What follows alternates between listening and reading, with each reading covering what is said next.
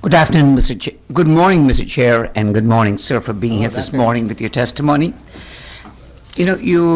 I'm just a few, and I heard what you said, obviously, on several issues, and I have, the first question I would ask is, when federal law or you get the mandate or request from the federal government to go and investigate, not you, but there's an investigation about an activity happening in a town or a city, and you get the request, or probably even a stronger word than request, kind of an order from state government, including the leadership, saying that you do not need to cooperate with the federal authorities. You mentioned that it puts you in an awkward position.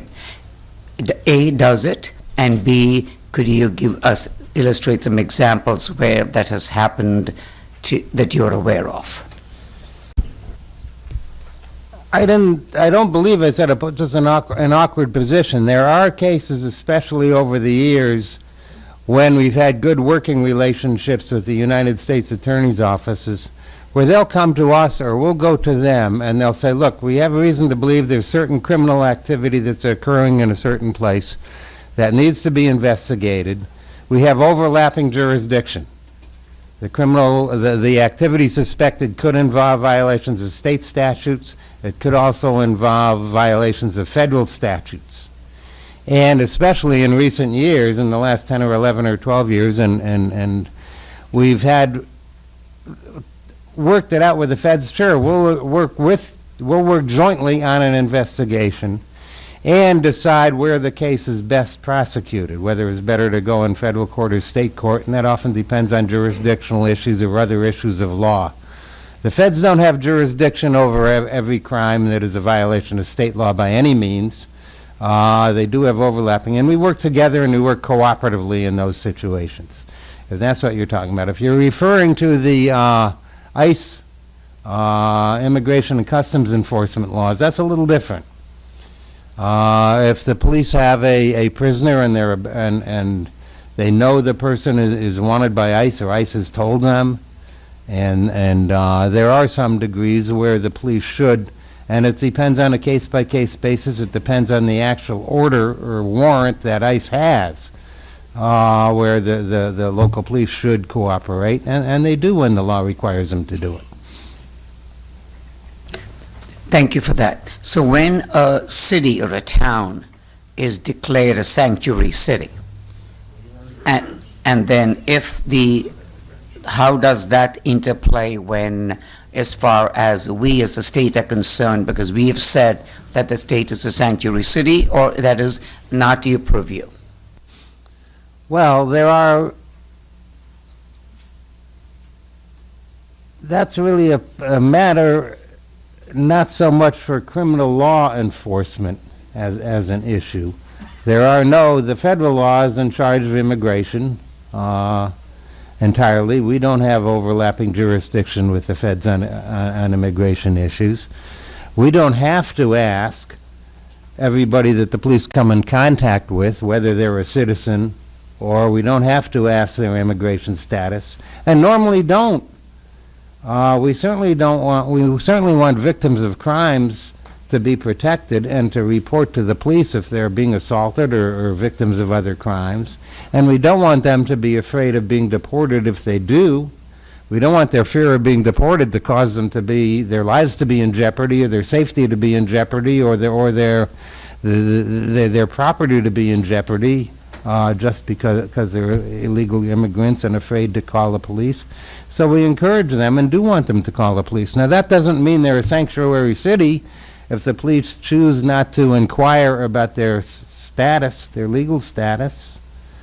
And I think it's appropriate for the police not to inquire in most cases. There are some cases where it may be important, and those are on a case-by-case basis, and depend on, as I said, the type of warrant or order that ICE has, and the authority they have, and the threat that the individual poses to public safety that's known or recognized by the police at the time. I think our police have the obligation to protect the public safety and the well-being of the citizens of this state. And sometimes that cooperation is important. Thank you. I definitely agree. I mean, the role of the police to protect our citizens is their prime role, and I definitely agree with you on that. Moving over to House Bill 6200, that we briefly touched upon.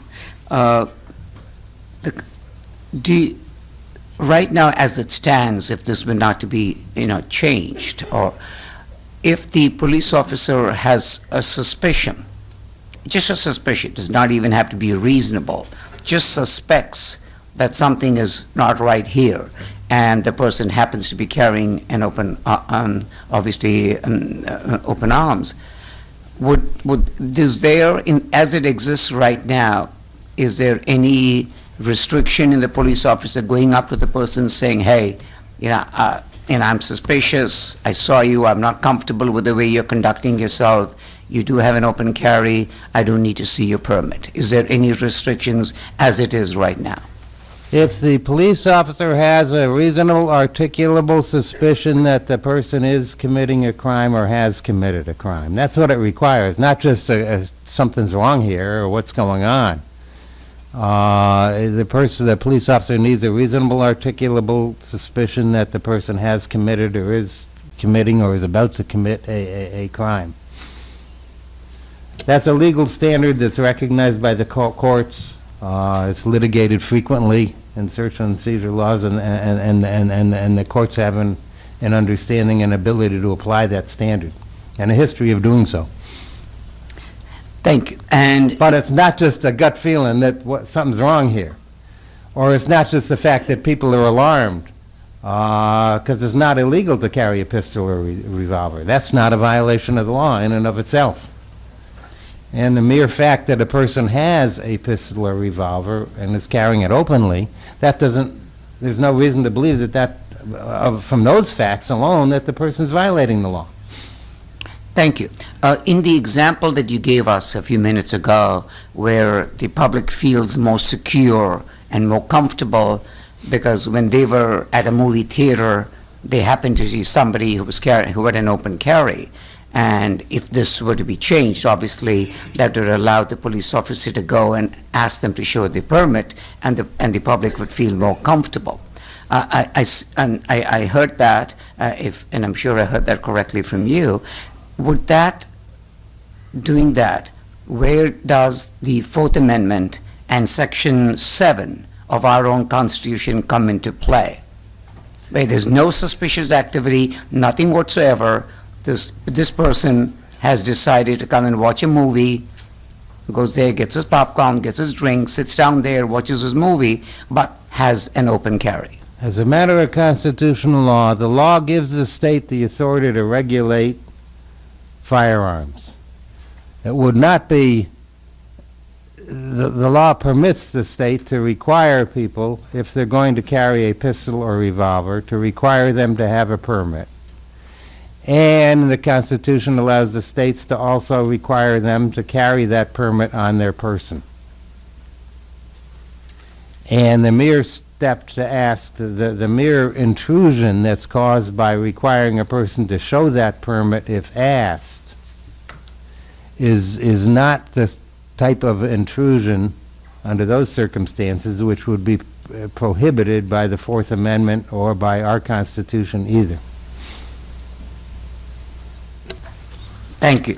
To your knowledge, have any over the years that you've served us, have police officers, police chiefs, police officers come up to you and, whether it's casual conversation or a formal conversation, either or, have they come up and said, you know what, this criminal, I saw this criminal and he happened to be carrying an open weapon?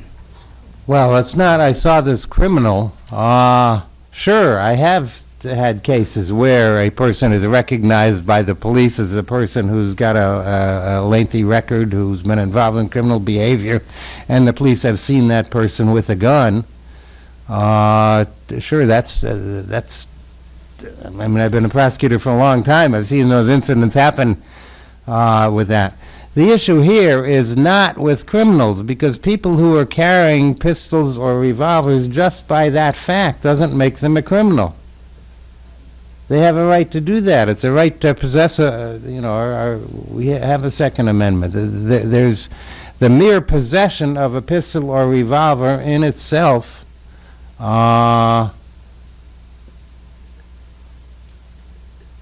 is permitted by the state, provided the person, if the person is not in his home or place of business, provided the person has a permit. The Constitution permits, as I just said, the state to regulate it further, requiring people to carry that permit with them and require it to be shown if a police officer asks. The awkward situation, and I say it's an awkward situation, is when a police officer is called to the situation because it's alarmed. I remember believing wrongfully years ago that the mere carrying of a pistol in a public place might well constitute disorderly conduct. I remember starting as a prosecutor in Middletown way back, thinking if somebody's walking down Main Street and into a convenience store or a pawn shop carrying a gun on his waist, that ought to be disorderly conduct. Well, I was wrong. I mean, clearly wrong. There's no doubt about it. That act in itself does not create a crime, but yet it causes people to be alarmed, to be fearful, and the manner in which the person, often people do that in order to cause a reaction. And the police are called. And now you have a situation that's a difficult situation for a police officer to be in with some upset people who are alarmed because of this. And all the police officer has to do to quell the situation is ask the person, would you show me your permit? If so, that resolves the whole situation, and it's a limited intrusion, which this legislature certainly has the power and the authority to do. It's a question of public policy, whether or not the legislature should do it. It's my belief and our belief that the legislature should, and that's appropriate. But it really is a policy question for you folks. Thank you. And the cause of concern is just the mere fact that it was an open carry in a movie theater where the person just comes in with his friend and sits down very peacefully, very calmly, very quietly with his popcorn and Coke, and that would cause enough stress in the other people in the movie theater that you feel that they would be that person's permit needs to be looked at. Not necessarily. I mean, there are people who I mean, it's a case-by-case basis and a circumstance-by-circumstance basis, and it just gives the officers the ability to appropriately exercise discretion. Thank you. And my final question to you And is, it doesn't mean by any means that every time a person carries an open, the police officers are going to be asking them to show their permit. I get that. I mean, it is at the discretion of the police officer, obviously. Yes. Yeah, we get that.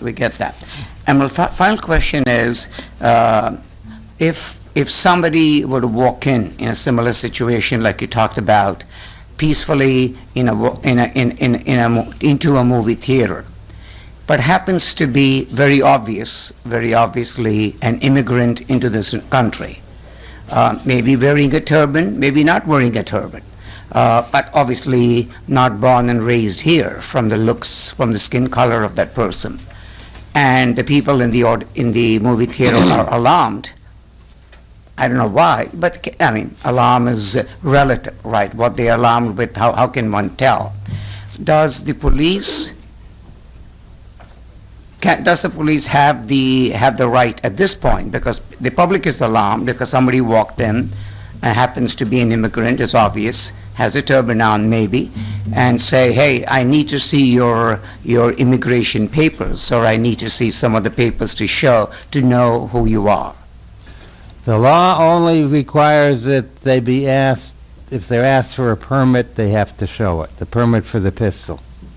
That's all the statute would say. It gives the police officer the authority to ask for the permit to hold the pistol or revolver, nothing else.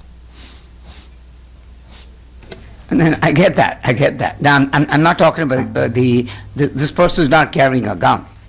this I mean, person, a police officer doesn't have a right to ask to stop anybody walking down Main Street or down Capitol Avenue, just to stop that person, say, I want to see your driver's license. The person can say no, and go on.